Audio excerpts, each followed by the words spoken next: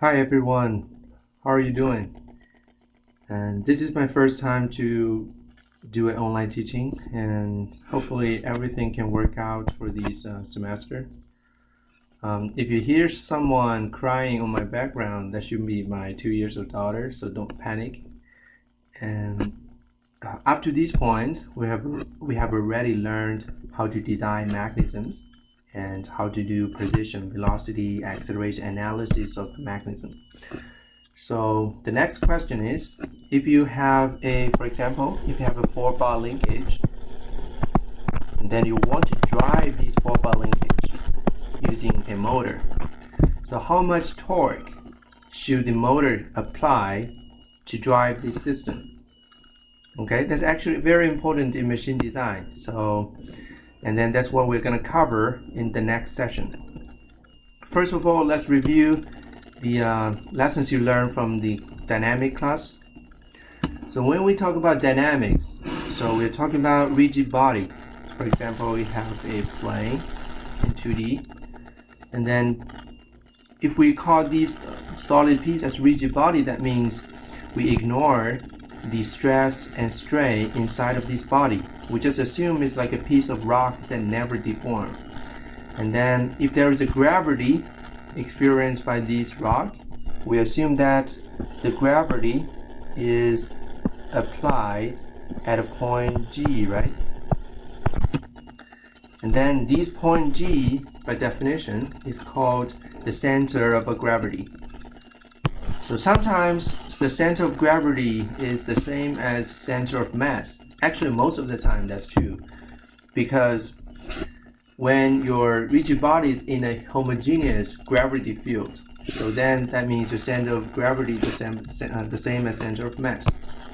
So how can we calculate this? How can we find this center G?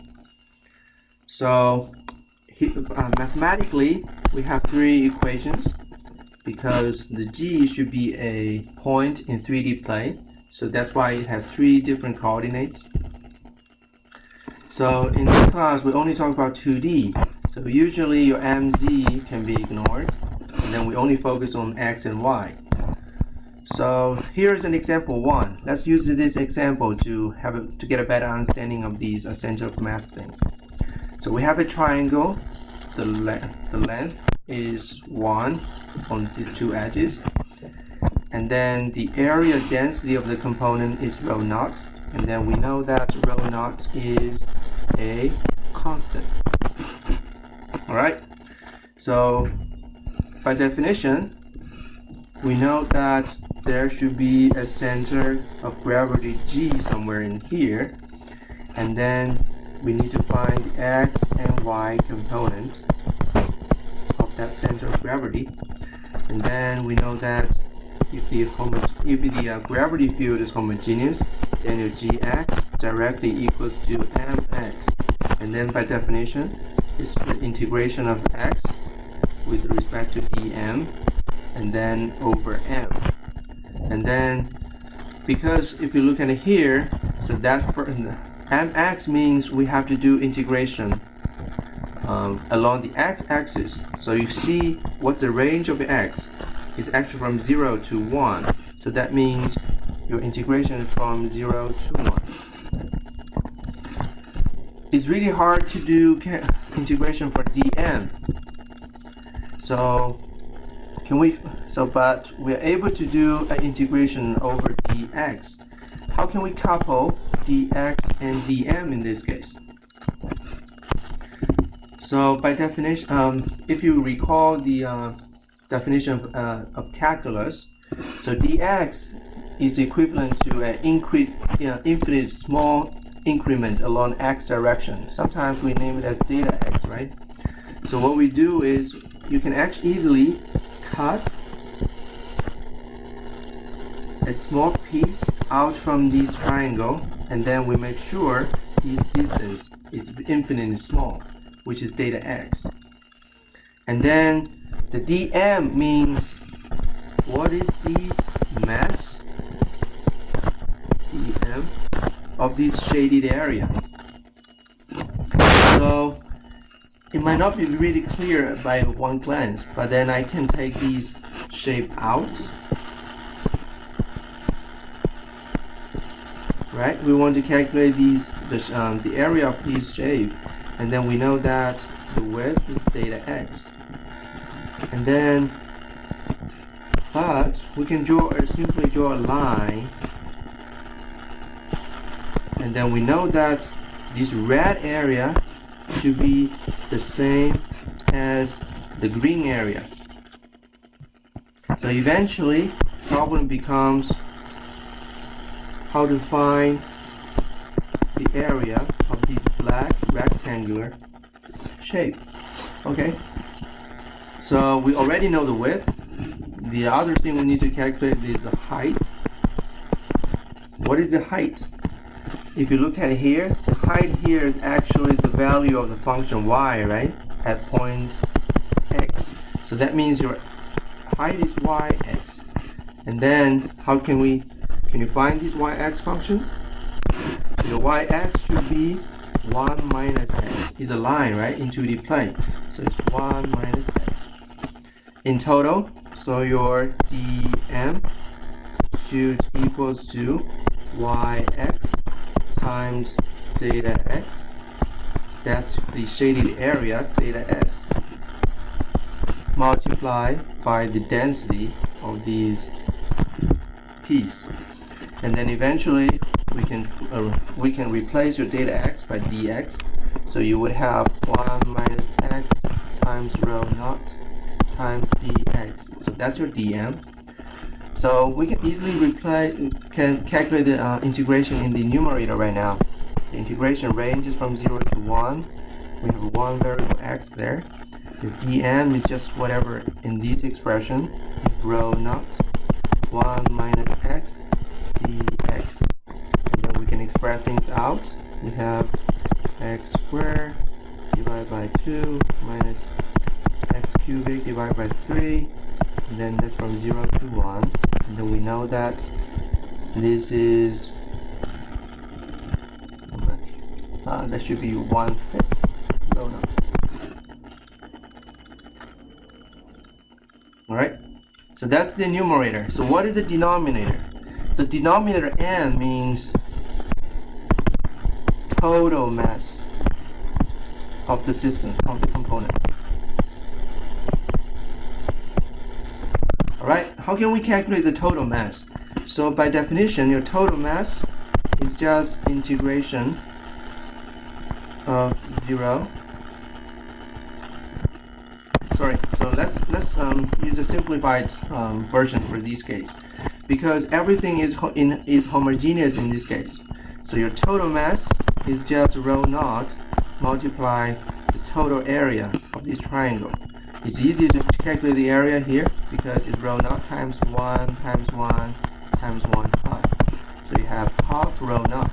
That's the total mass. So you have the denominator, you have the numerator. So eventually your dx equal to mx equals to rho naught divided by 6 over rho naught divided by 2. So you get 1/3. So that means your dx is actually 1/3 of the total length.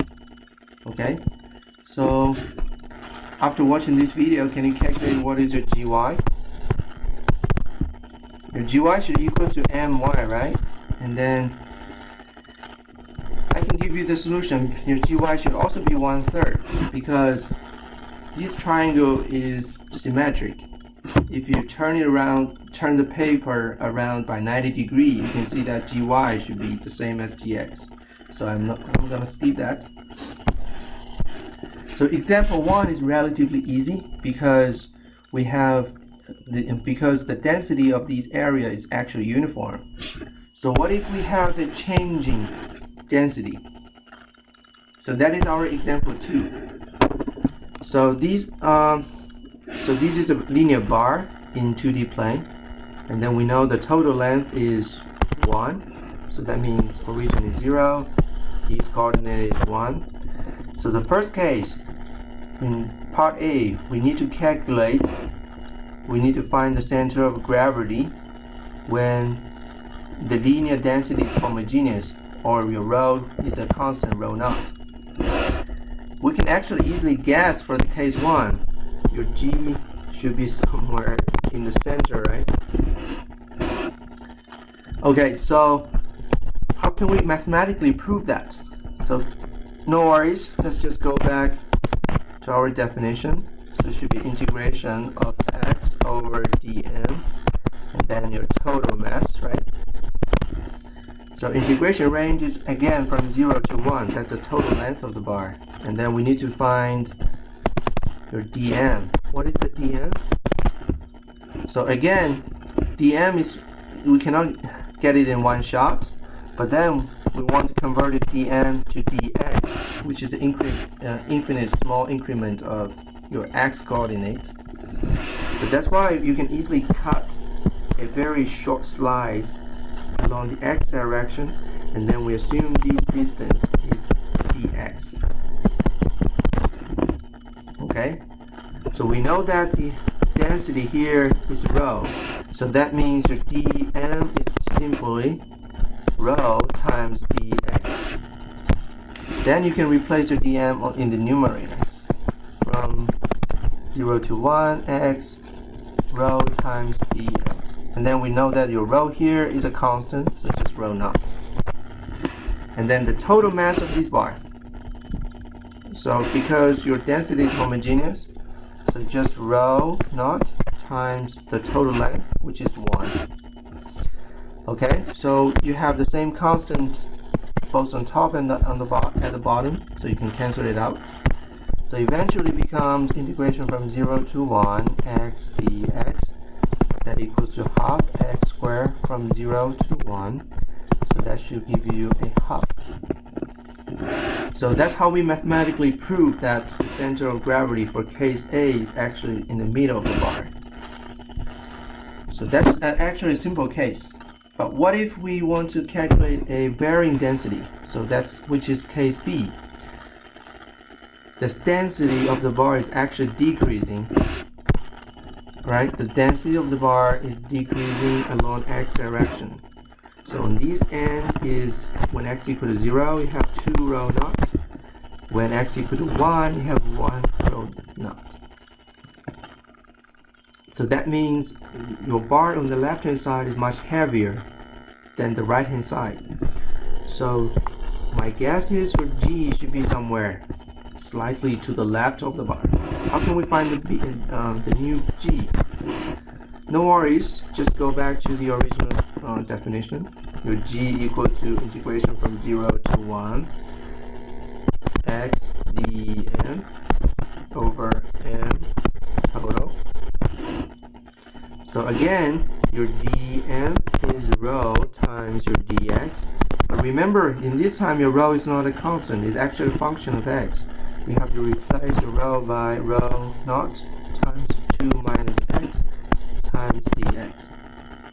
Alright, so we got the numerator from 0 to 1, x times rho naught, 2 minus x dx.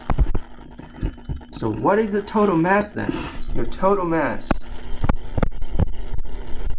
you cannot easily get it from these multiplication. We have to use calculus again. So the mass is actual integration of density over the length, right? So again, we know that your density is a function of x, and then we can calculate it out. It's rho naught times 2x minus x squared divided by 2. And then the range is from 0 to 1, and then we have 3 halves of rho naught. So if you don't know how to do these by hand, in MATLAB you can easily use the int function, and then use live script to help you out. Alright, so that means your denominator is like 3 halves of rho naught. So how about the numerator? Your numerator is rho naught x squared minus 3x cubic from 0 to 1, and then that equals to 2/3 of rho naught. That divided by 3/2 of rho naught. So eventually you have 4/9. And then if you remember, so 4/9 is actually smaller than a half. So that means your G is likely to the left hand side. So that's how we calculate center of mass or center of gravity when your density is no longer homogeneous. There's another case, which is case 3, when the density is homogeneous but we have a point mass m attached to the right. So in this case, what we have is we have a long bar and then 0 to 1, and then we have a point mass big M attached to the right. So we already know the center of the bar alone. That's the center of the bar, right? So that's 1/2. We also know the center of the big M, which is 1, because it's a point mass. Okay, how can we find the total center of gravity when these two elements combined? So we can bravely guess that the G should be greater than 1/2. How can we find the G? So if you already know the center of gravity of each component, you want to find the center of gravity for the combination. So what you do is you just calculate a weighted sum. So what does that mean is your numerator should become the mass of the bar times the center of the bar plus the big mass times the center of the big mass. That's the numerator. That's a weighted summation. And then in the denominator, you need to find the total mass of these two components. So we already know that m bar is simply rho naught, and then you can replace m bar by rho naught. G bar is 1/2 plus m times 1 divided by rho naught plus m. So eventually you have half rho naught plus m divided by rho naught plus m. If rho naught and m they're all positive, that should be greater than 1/2. Alright? So when you have a few elements lumped together, what you can do is you can actually simply find the center of gravity for each element and then use this weighted summation method to find the gravity of the total of the entire thing. So that's for the mass. So mass, according to Newton's law, mass is very important to describe linear motion. But what if we have rotation? So in order to describe rotation, we need to define something else, which is called mass moment of inertia. So by definition, the mass moment of inertia is integration. So this rho is the density of the material.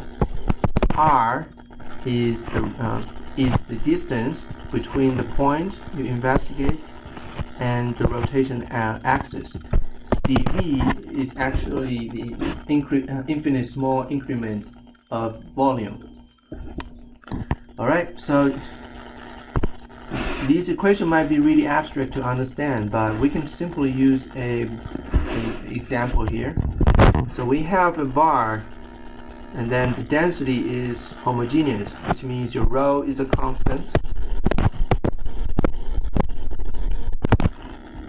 Okay? So this bar is rotating around the center. And then we need to find the moment of inertia. So this axis is called z-axis. So the rotation axis is z. So by definition, we know that the moment of inertia, Jz, equals to integration of the volume, rho r squared dv. Again, it's really hard to calculate integration with respect to dv, but then we can find the infinite small we can easily find the small increment of this dv. What you do is we define the coordinates. These coordinates is called r coordinate, and then we cut a small slice data r along this coordinate, and then this should be a very, if we zoom out, that should be a very small cylinder, right? So the length of this cylinder is data r, and then we want to know the cross-section area. So we don't know, but we can easily define the cross-section as a constant s, because that's a long uniform rod. So up to this point, we know that the total volume of this small element is called dV. Your dV should be s times data r, or s times dr. So we can replace your dV by rho r squared. dV is s times dr. So the integration of v also becomes integration of r. We already know that the range of the r is actually from minus half L to positive half L. So that means the integration becomes minus half L to positive half L. And if O r squared s dr. Make sense? So by integration, we have rho and s. These are all constants. And then we have a third of r cubic from L2 over minus half L. And then we know that is rho s times 24 times multiplied by 2L cubic. So that actually gives us 1/12 rho s L3. So rho and s. So s is still unknown, but then we can easily replace the s by something else, because the total mass of these rods is the density of the rod times the cross section times the total length. So that means your rho times s times L is the total length. So that means we have rho SL in it. So you can simply replace that by the total mass of the bar, and then you have only 2 L's left behind. So that's when you have a homogeneous uniform rod rotating around its center. So that's the mass moment of inertia for these things. Okay, so it's really hard. So this bar is actually simple, but imagine you have some really complicated geometry. So you can actually easily find these moment of inertia from Google. So here I provide you a simple table. So in your future exam, you can just bring this piece of paper with you, and then you can check it out. You don't have to describe it. You don't have to derive it from the scratch. So the other important thing about moment of inertia is called parallel axis theorem. So actually, the moment of inertia is very sensitive. Actually, it relies on how you pick the rotation axis. For example, in this case, your rotation axis is crossing the center of mass. So that's why we can easily using integration to calculate it out. So what if your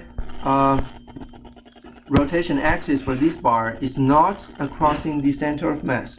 For example, if you have the same bar, it's a cylindrical rod, and then the center of mass it is in the center, which is half of the L.